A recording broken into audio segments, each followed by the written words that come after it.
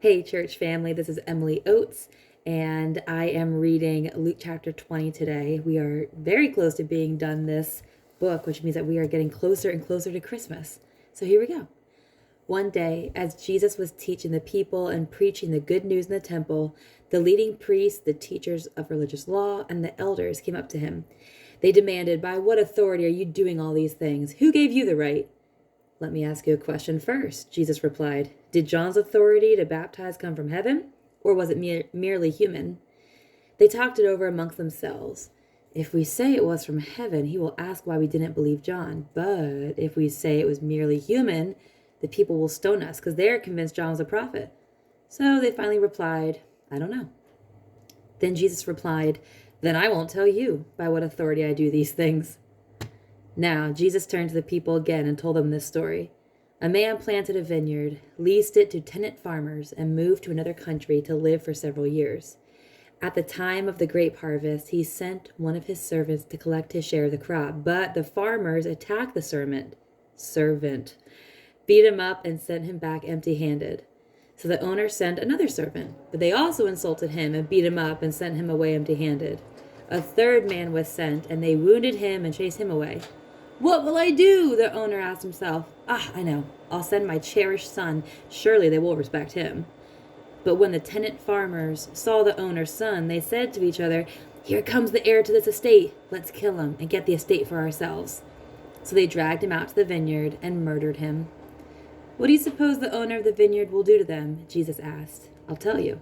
He'll come and he'll kill those farmers and lease the vineyard to others." "How terrible that such a thing should ever happen," his listeners protested. And Jesus looked at them and said, "Then what does the scripture mean? The stone that the builders rejected has now become the cornerstone. That everyone who stumbles over that stone will be broken to pieces, and it will crush anyone it falls on." The teachers of religious law and the leading priests wanted to arrest Jesus immediately because they realized he was telling the story about them. They were the wicked farmers, but they were afraid of the people's reaction.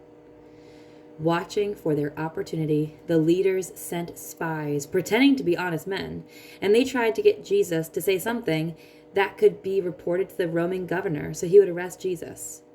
"Teacher," they said, "we know that you speak and teach what's right and not influenced by what others think.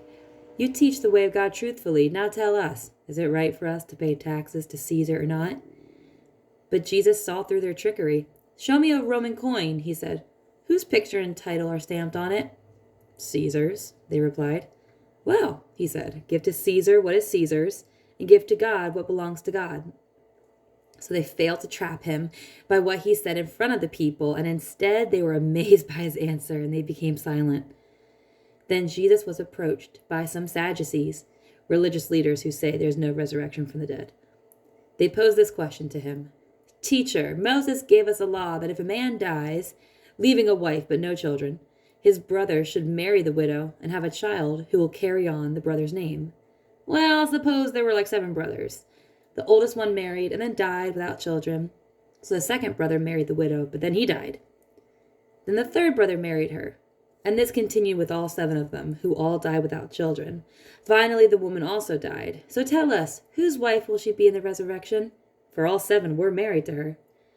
Jesus replied, "Marriage is for people here on earth, but in the age to come, those worthy of being raised from the dead will neither marry nor be given in marriage, and they will never die again. In this respect, they will be like angels. They are children of God and children of the resurrection. But now, as to whether the dead will be raised, even Moses proved this when he wrote about the burning bush. Long after Abraham and Isaac and Jacob had died, he referred to the Lord as the God of Abraham, the God of Isaac, and the God of Jacob. So he's the God of the living, not the dead, for they're all alive to him."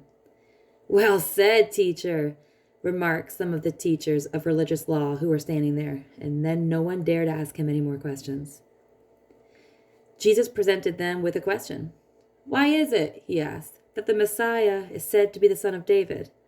For David himself wrote in the book of Psalms, 'The Lord said to my Lord, sit in the place of honor at my right hand until I humble your enemies, making them a footstool under your feet.' Since David called the Messiah Lord, how can the Messiah be his son?" Then, with the crowds listening, he turned to his disciples and said, "Beware of these teachers of religious law, for they like to parade around in flowing robes, and they love to receive respectful greetings as they walk in the marketplace. And how they love the seats of honor in the synagogues and the head tables at banquets.